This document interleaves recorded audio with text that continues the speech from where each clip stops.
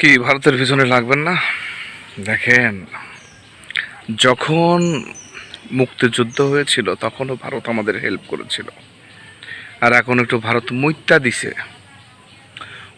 দিছে ভারত, তাই এই অবস্থা।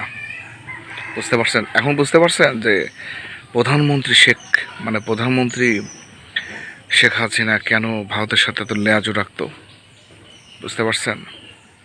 ভারত যদি বলে যে আমি এখন বাংলাদেশ দখল করে নিব, ঠিক আছে, আমাদের আল্লাহকেও মাগো করা ছাড়া কোনো উপায় নেই। ঠিক আছে, আপনারা বেশি বাড়াবাড়ি করেন না। ঠিক আছে, ভারতে 150 কোটি 40 কোটি মানুষ, আর আমরা এখানে সংখ্যালঘু কয়জন মানুষ? ঠিক আছে, ভারতের কাছে কিন্তু আমরা সংখ্যালঘু, আর বাংলাদেশের কাছে হিন্দুরা সংখ্যালঘু। তা এইভাবে ভারতের প্রতি যুদ্ধ ঘোষণা, হ্যান ঘোষণা, ত্যান ঘোষণা, এগুলো করেন না ভাই। ভারতরে খেপায়েন না। ভারত কিন্তু ভাই ছাড় দেবে, কিন্তু ছেড়ে দেবে না। বুঝতে পারছেন? এর সাথে লেয়াজু রেখে চলতে হবে। লেয়াজু রেখে চলেন রে ভাই, না হলে সামনে আমাদের অনেক বড় বিপদ, অনেক বড় বিপদ।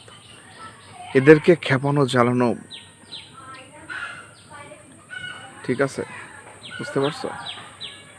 এগুলো করেন না। এগুলো করলে আমাদের বাংলাদেশ একদম শেষ। এই যে যারা যারা বলছে না যুদ্ধ ঘোষণা করলাম, হ্যান করলাম, ত্যান করলাম, এগুলো করেন না। এগুলো করলে শেষ, বাংলাদেশই শেষ টোটালি। তো যাই হোক, এতটুকু বলার ছিল। আপনারা যেটা বলবেন, যেটা করবেন, ভেবে চিনতে কথাবার্তা বলেন। অন্তত ভারতের বিষয় ভেবে চিনতে কথা বলেন। বুঝতে পারছেন? ভেবে চিনতে তাই বলেন যে আমি কি বলতেছি ভারতের নামে। ঠিক আছে, আবেগ দিয়ে কিন্তু দুনিয়া চলে না। আজকে দেখেন কতগুলো জেলার অবস্থা খারাপ, কালকে আরও অবস্থা খারাপ, কালকে এটা দেবে না, কালকে এটা করবে, কালকে ওটা করবে, কালকে ওটা করবে।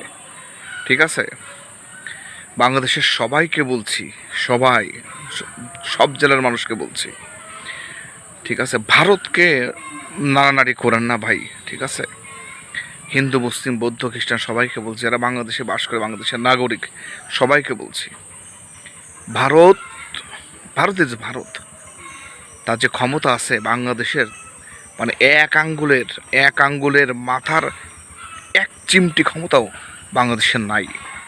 কিচ্ছু করতে পারবে না যদি একবার তারা কোনো কিছু করে।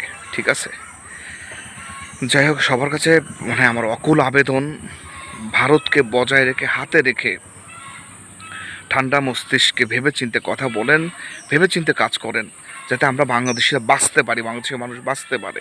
ঠিক আছে, যেন কেউ এইরকম বিপদে, ফেনীতে মানুষ, হাজার হাজার মানুষ, নোয়াখালী, ফেনী, কুমিল্লা, হাজার হাজার মানুষ মারা যাচ্ছে আজকে। কেন মারা যাচ্ছে আজকে? তারা মারা যাবে কেন? কি জন্য মারা যাচ্ছে? যাই হোক, সবার উপর আল্লাহই দেখছেন, আল্লাহই ভালো জানেন। তো আমাদের একটা কথা, আমরা উসিলা হিসেবে আমরা আমাদের দেশকে কিভাবে রক্ষা করব, কিভাবে বাঁচাবো, সেটা হচ্ছে আমাদের স্পৃহা থাকবে, সেটা হচ্ছে আমাদের পরিকল্পনা থাকবে। আমরা আমাদের দেশকে কিভাবে বাঁচাবো? মারামারি, খুনোখুনি করে, মেরে ফেলে, ওরে ধ্বংস করে দিয়ে তো আমরা আমাদের পরিস্থিতি আরও খারাপ করছি। আজকে এই দলকে মারছে, কালকে ওই দলকে মারছে, কালকে এই দলকে মারছে, এরকম একটা প্রতিহিংসা সৃষ্টি হচ্ছে মনের ভিতরে। আমরা এরকম থাকবো, কেউ কাউকে মারবো না, সবাই চুপচাপ নিরিবিলি থাকবো। দেশটা কত সুন্দর ছিল দেশটা আজকে কোথায়? দেশটা শুধু দিন যাচ্ছে, দেশ খারাপের দিকে যাচ্ছে। আর দেশের দাম বেড়েছিল, দাম বেড়েছিল, কিন্তু দেশে শান্তি ছিল, কেউ কাউকে মারতেছিল না, খুনও ছিল না, চুপ ছিল, ঠান্ডা ছিল দেশটা আজকে ঠান্ডার জায়গায় একদম ডান্ডা পড়ে গেছে। হাই রে দেশ, ঠান্ডার জায়গায় এত গরম হয়েছে, দেশে এখন অবস্থা টোটালি খারাপ। একই দেশ বাংলাদেশ, কেমন বাংলাদেশ? ভবিষ্যতের বাংলাদেশ, এই হচ্ছে সেই ভবিষ্যতের বাংলাদেশ। বাংলাদেশ আমরা নিজেরাই আমাদের নিজেদের বিপদ ডেকে নিয়ে আসতেছি। আমরা নিজেরাই একটু ভেবে চিন্তে কথাবার্তা বলি, ভারতকে সাপোর্ট দিয়ে তাদের সাথে মেল মহব্বত করে আমরা চলি, তাহলে কিনা আমরা বাংলাদেশে ভালো থাকতে পারবো। সব ভালো থাকেন। আসসালামু আলাইকুম রহমতুল্লাহি ওয়া বারাকাতুহু।